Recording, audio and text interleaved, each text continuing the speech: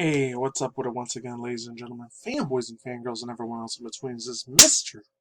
Nintendo Sony for 2011 here, MannytendoWolverine. You guys on wrestling intros on his channel and outros. Follow me and bitch you and Brady on Twitter and everywhere else so you can find me in Blair City, Cloud TV, Library, and maybe Ruckus Steve as well. Anyways, yeah, I know I'm like 5 days late in this thing, but I don't care. This one says 3 days ago. I don't know.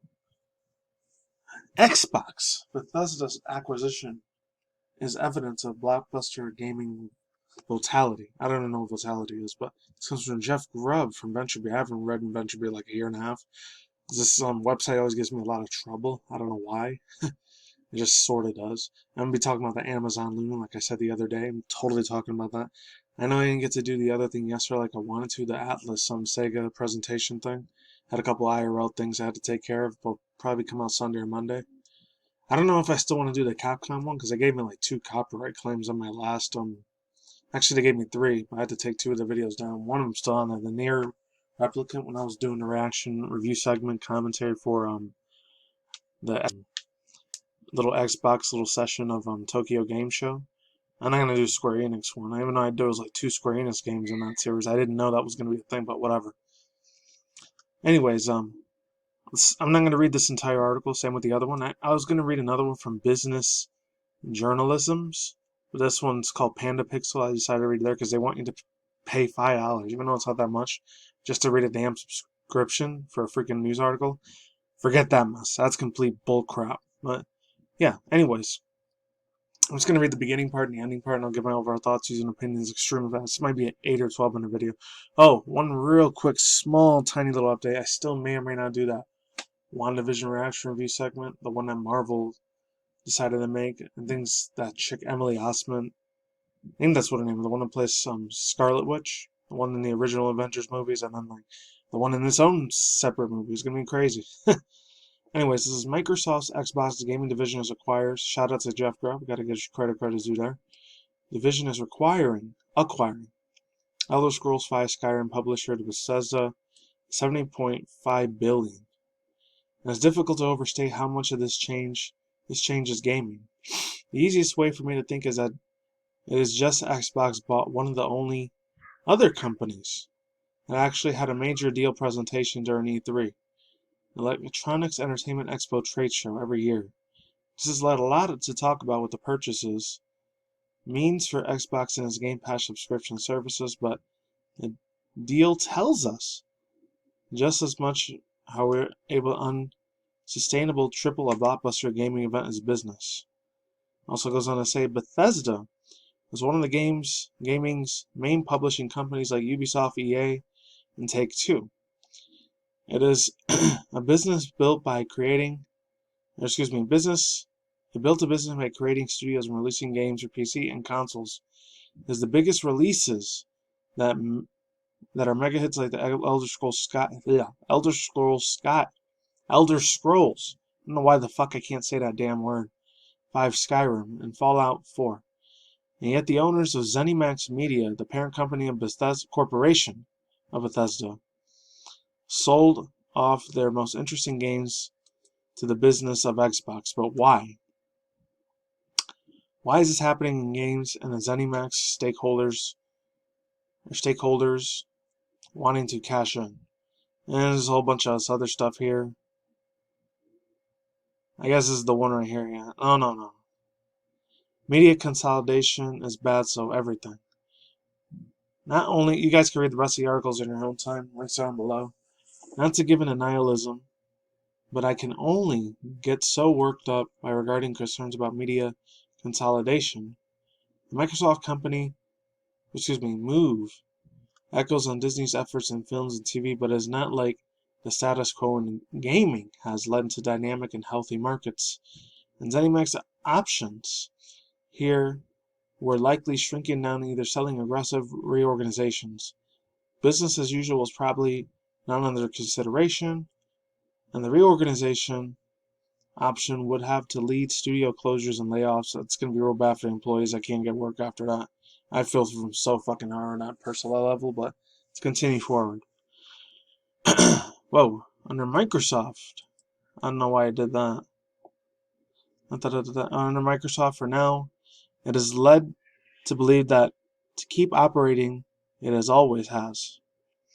Seems like most of the other people involved will continue with their current positions. The only difference is that Satya, hopefully I'm saying that right, Satya Nadella will sign their paychecks. So yeah, the media consolidation is bad as it reduces competition. I think that's a typo there.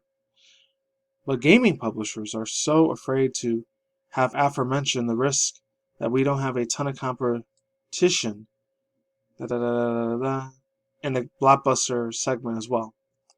Ultimately, I view Microsoft and Bethesda as acquisitioning its enabling moves.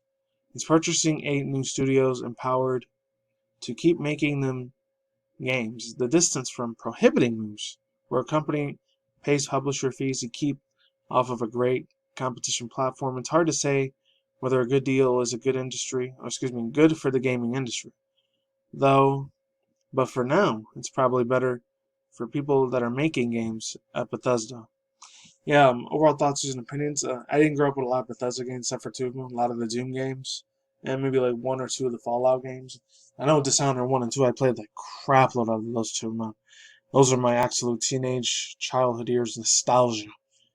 Oh my god, those are one of the best games Bethesda ever came up with. My own personal opinion. Everything else I did, it kind of bored the crap out of me. I don't know if the Death Loop's gonna be any good or not. I know it's still gonna be from Bethesda, which is weird because it's funny because Microsoft that owns Xbox is going to have the whole leadership, the whole ownership of every single game that Bethesda does from this point on. So I don't know if that means Todd Howard's not going to be the boss for freaking Bethesda Studio Works anymore, and that other dude, Arnie Haynes or Matt Booty or any of these other guys that are in the video gaming industry universe that actually control and say everything that they do to make these companies that are spearheading all of the freaking decision making, all these business marketing strategy sort of like ideas and their decisions onto these games. I have no idea. Anyways, I never really cared for the other stuff like Elder Scrolls. That bored the crap out of me. Oh yeah, and cannot forget about Diablo. The Diablo series is a really old school nostalgia game for me. My own humble opinion. But let's get into this Amazon Luna gaming TV thing. I don't know if this shit's gonna be any good or not. Complete bullshit. Might be crap. I don't know. But yeah, let's check this shit out. It's gonna be really, really short once again. It's a real long article, so I'm only gonna read a little bit pieces here and there. I'm not sure who wrote this, but shout out to Panda Pixel anyways. Alright, so Amazon unveils Luna, a gaming version of Amazon Prime. Sharing is caring. The other shoe is finally dropped. I've been saying for years that there are only 3 other companies in the world that should invest in a robust house and gaming stream service: Google, Microsoft, and Amazon. Today, Amazon finally announced that with many of us were expecting on its own, gaming stream services and Amazon Luna. Customers in the US can request early access for Amazon Luna starting today. On the surface, it seems like a competitive offer. Luna Plus subscribers get access to relatively robust selections of the game and can instantly, without any other need for download, access price. No, it's not that bad. $6 a month. It'll be available on Windows, Mac, Fire TV, and iOS via web app at launch. With Android coming soon, up to 2 people in the household can use it simultaneously. The services will also consider channels subscriptions for publishers, so think of this as a new add-on for your channels you may find on Prime Video right now. I've viewed Prime a few times. Sometimes it's good, sometimes complete garbage. But let's continue on with this news story article. The only way mentioned that the data is coming from Ubisoft. We don't know what the charge will be from these channels, but Ubisoft says that they will include the day of the release their biggies like Assassin's Creed Valhalla and Far Cry 6. We're looking forward to the rollout details, so keep in mind this is a beta, so things are likely to change, hopefully for the better. Also remember they're more akin to announcing Prime Video and Netflix than a console. So exclusivity isn't really a big issue here. In my mind, they're more about offering a robust electric selection for a new and interesting game that is about to change you. You can only play it here titles.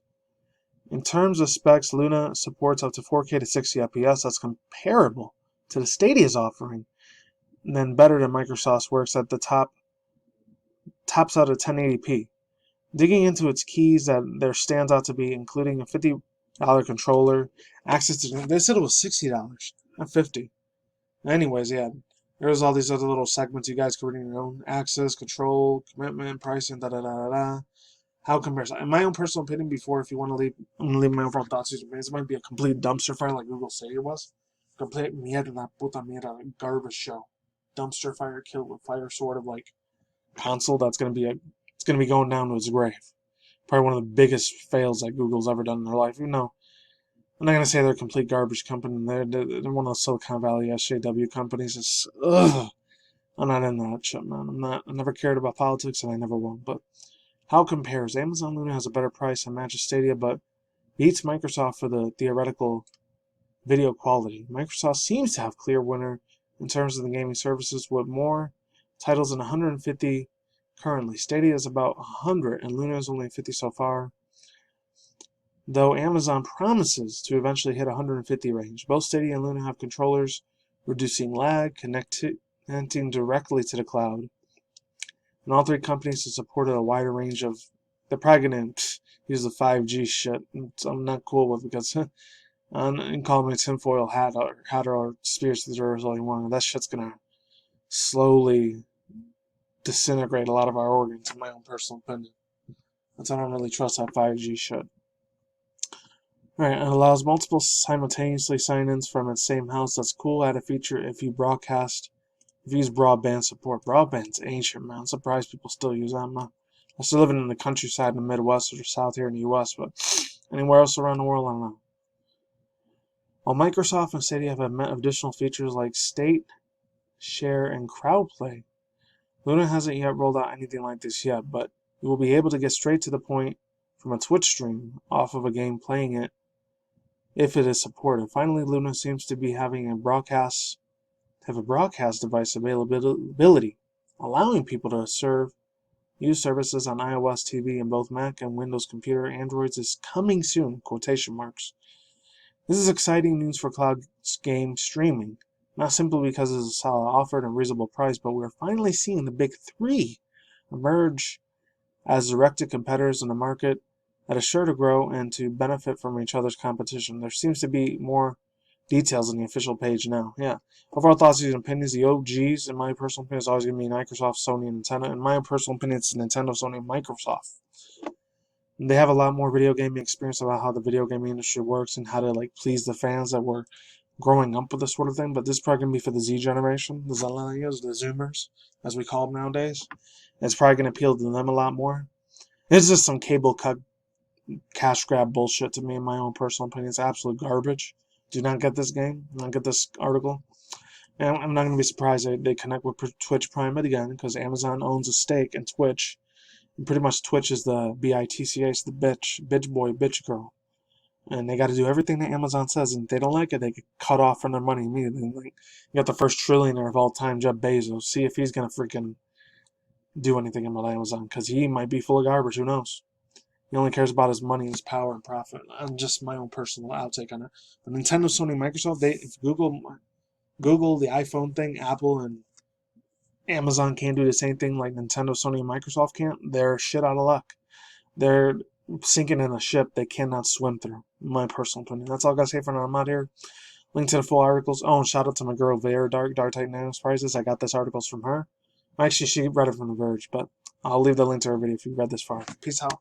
Ladies and gentlemen, fanboys and fangirls, otakus, and emoji. I'll see you guys a good day, have a good night for everywhere in the universe. I will stay tuned more future anime, manga news, internet news, Twitter, Twitch, street, drama news, and I'm out. Peace out, dudes. Goodbye. See you on the flip side. Later.